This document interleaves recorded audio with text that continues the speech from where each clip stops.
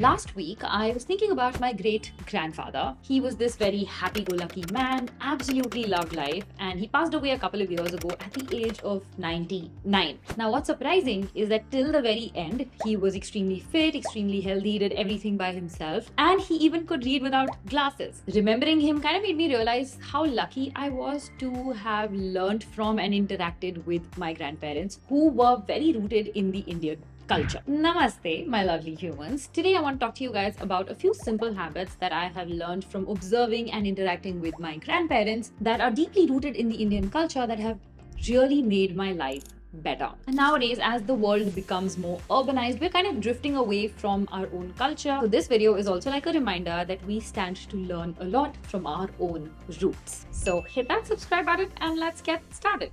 Habit 1 is cooking with fresh ingredients. Now, this has been a rule in my house for as long as I can remember. My nani always discouraged us from eating basi food. And growing up, I remember my mom used to cook everything fresh. And I remember, like in 5th, 6th standard, I think we were, and me and my brother's tiffin used to be the best in class. And we never once took Maggie for tiffin or like sandwiches for tiffin. It was always like a freshly prepared meal. My mom used to like wake up at 5 and do it. She even used to grind the masalas fresh because she told me that keeping powdered masalas for too long, they lose their efficacy and their taste and their smell. So that is the kind of environment that we have grown up in. Even today, my mom ensures that she buys fresh sabzi every single day. And I'm trying to be more like her because I think this is such an important practice. Because right now the market is being flooded with packaged food and ready to eat food and ready to cook food. And these are ingredients that have been inside that packet for months on end. So in yoga, there's the concept of pran, which says that, live or fresh food has the highest amount of pran, which is why it gives you the most amount of vigor and energy. I try and get fresh food made every day. Like my didi comes in the morning, she makes my breakfast and my lunch, and I try to make sure that I am the one who's cooking my dinner every single day, so that when I sit down and eat that meal, it is just the freshest meal possible. And I actually enjoy that time so much. Number 2 is eating mindfully. I remember whenever as kids we used to go to our village and meet with our pardada pardadi. And if it was meal time, people would drop everything else and food was the only point of focus. And that was such a wholesome practice because it just made the food taste better. It was really simple food, roti, ghee, saag, that's it. But it tasted so much better, and one of the reasons was because you were so fully engrossed and present while eating the meal. And nowadays, of course, that a lot of that doesn't happen because we are so distracted by TV, by social media, by our phones, and it's not the best way to consume food. Because studies have also shown that when you eat, it takes your body about 20 minutes to realize that it's full, right? But when we are distracted by technology, by videos, by TV, whatever, and we are eating, we tend to eat a lot faster. That on average leads us to consume more quantity of food because it takes a lot longer us to realize that we are full. And because we end up not chewing our food properly, it disrupts our digestion, can lead to a host of other problems. And also, when you're not fully present with what you're doing in the moment, you don't necessarily get the full benefits of it. There is this concept of mindfulness in yoga as well, right?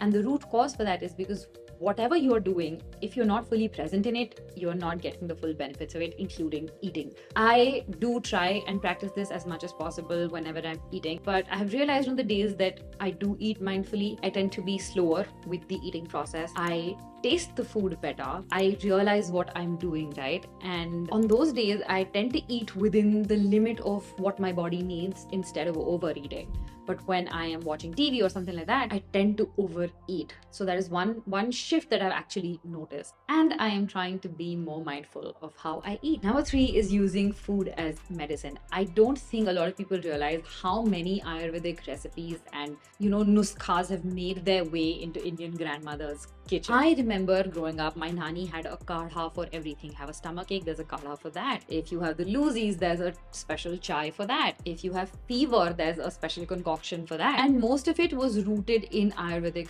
practices because Ayurveda uses a lot of spices, herbs, ingredients that are available in your kitchen to create remedies that heal your body from the inside, that make it stronger, that make it more immune. Chyawanprash is one example because when it is made correctly, using the recipe that Rishi Chavan came up with, it is such a potent medicine for improving immunity, for improving just overall health, and which is why it has been continuing in India for the longest time.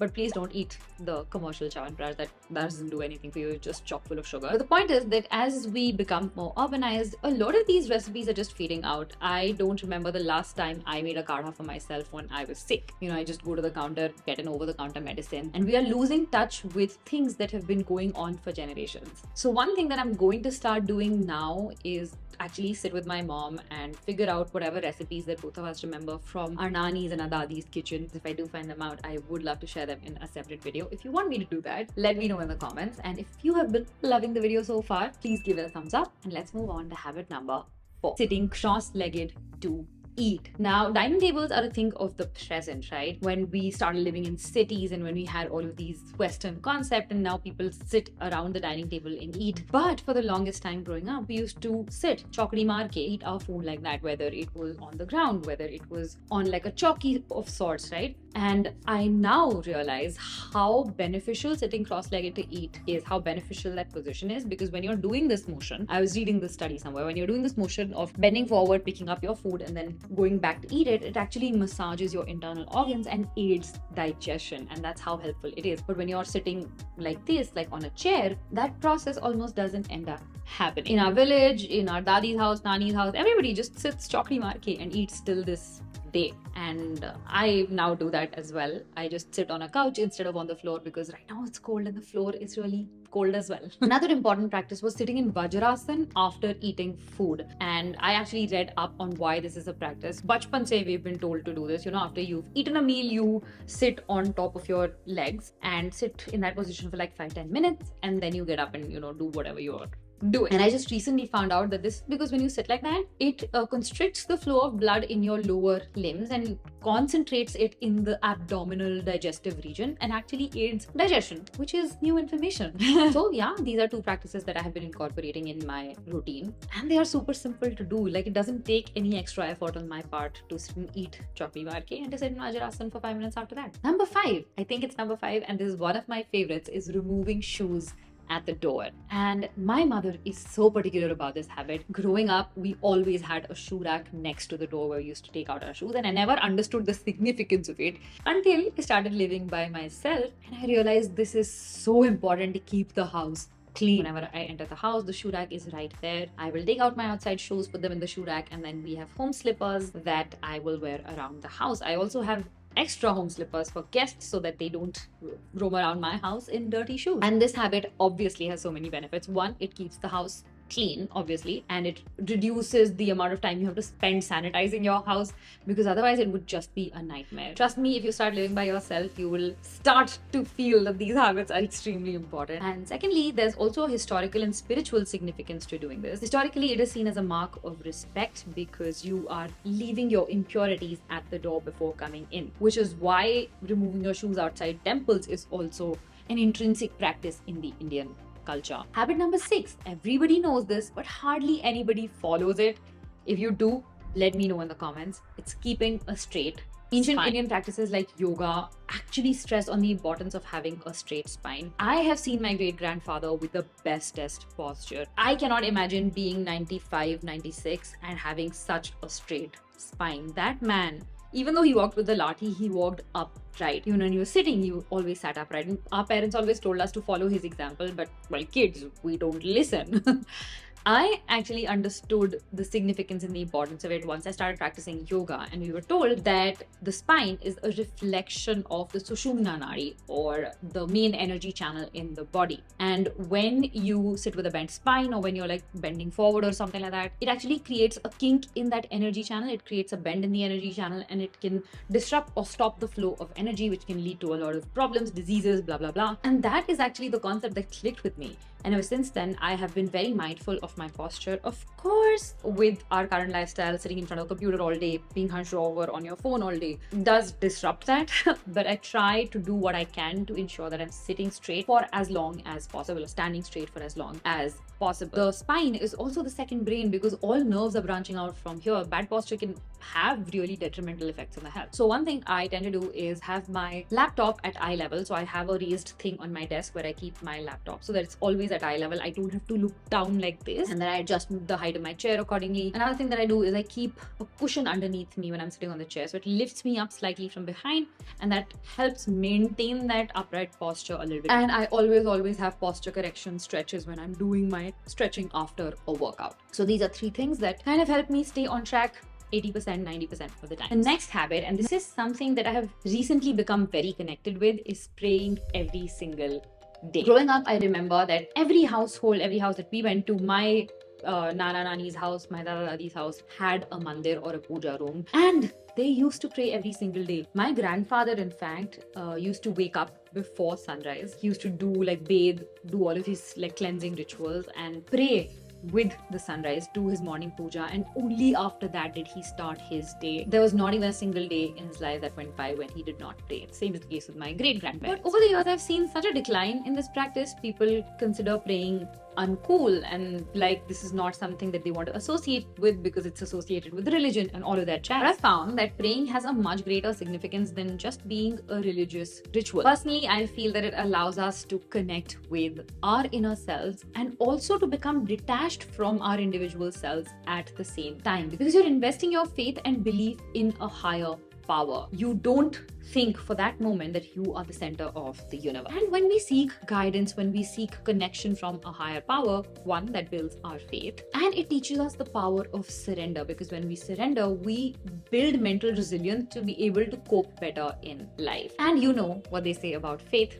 it can move mountains. So I think there is a lot of merit to the act of praying in itself. The next one is massaging your body, or the practice of abhyanga in Ayurveda, which is taking herbed warm oils and massaging your body with that, which is something that is very beneficial for lymphatic drainage. I posted a reel a couple of days ago and people were asking about what I do for lymphatic drainage. And the answer, my friends, is massages. Now, growing up, our dadis and our nanis actually knew how to massage and how to drain those lymph nodes, because I remember it was a very particular, specific kind of massage. Especially in winters, we would all sit out in the sun. Our dadi would massage our limbs, and then we would soak in the sun and take in all the vitamin D and all of that. It was beautiful. But then, as life got busier, as we moved away, we kind of lost touch with that practice entirely. Now, massages are making a comeback in the world of self-care, and people can't stop talking about it. But if you look at our Ayurvedic history and our culture, massages have been just a very regular part of the Indian culture. If you want to start doing it, I would highly suggest that you get regular massages. Daimas are still existing. They come, they do your massages. So you can obviously connect to the women or the men in your community, see where they get theirs done. If not, you can always book one on Urban Company and get massages done there. And if you want to learn how to do it by yourself, I will link a couple of resources down below that you can check out, and they will teach you how to self-massage or do the practice of abhyanga. The next one, this is super important and slightly weird, is actually squatting on the loo. According to Ayurveda and to yoga, squatting is actually the best position to do your business in, because sitting this way actually lowers the pressure on the abdomen and the rectum, and it helps the peristaltic movement of the bowel. Historically, we have always been using Indian toilets, which is also one of the reasons that Indians can squat and sit all the way down, which I realized is not a concept that Westerners have. Then Western toilets came about in the 1800s, and we started moving away from squatting to sitting on toilet seats like we'd sit on a chair. Funny thing is that the West now agrees that squatting is the best way to do your business, and they've developed tools and contraptions to actually help people squat on Western style toilets. That's why if you ask your grandparents or the older generation, they will tell you that they find Western toilets very weird. But the point of this is that squatting is the best position to do your business in.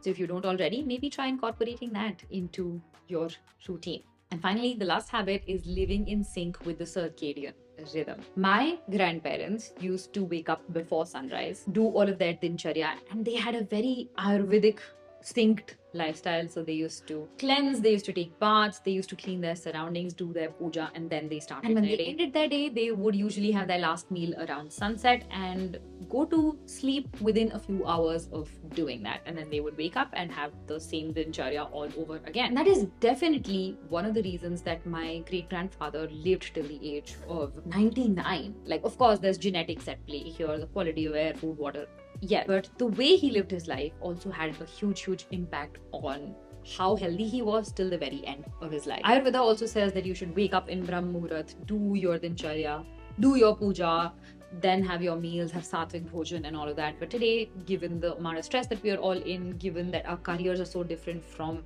when the concept of Ayurveda was conceived, while it may not be possible to completely live like that, live like my grandparents used to live, it is definitely possible to incorporate some of the principles into our daily lives, and that is what I try and do on a daily basis.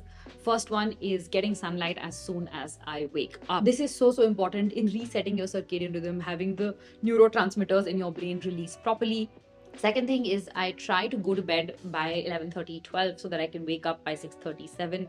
I usually need about 8 hours of sleep, so I try to go to bed at a reasonable time on most days. So 80-20 rule here again. On 80% of the days, I do ensure that I get to bed on time and wake up on time so that I can start my day nice and fresh. Another rule that I really follow is not eating 2 hours before bed. I try and make it 3 hours on whatever days it's possible, but in most cases it's about 2 hours before bedtime. And yes, screens before bedtime. I go back and forth with this. On the good days, I will absolutely shut off my screens and not have anything around me at least an hour before bed. On bad days, I might be in bed and scroll a few reels here and there, but it's a work in progress, my friends, and we're all striving to get better with every single day. I think a lot of these practices help us become more mindful and bring us back to the present, something that modern technology has made very difficult to do because you're constantly somewhere else. But doing these practices, incorporating at least some mode of these in our lives can actually prove to be really beneficial, not just for our physical health, but also for our mental health. I am definitely trying to incorporate more of these to live more by these standards, and it has made my life so much better. And I want to know how many of these practices do you follow in any capacity whatsoever, and what are some other practices that you may have learned from your grandparents or the older generation that you see are dying out now, and maybe you want to keep them alive. Thank you so much for watching. I hope you enjoyed the video. This is slightly different from what we usually do on the channel, but it is something that's really close to my heart and I wanted to share it with you guys. And if anybody from any other culture is watching, I hope you took away something about India as a country, about how beautiful this land is. And I will see you guys next time with another one. Namaste.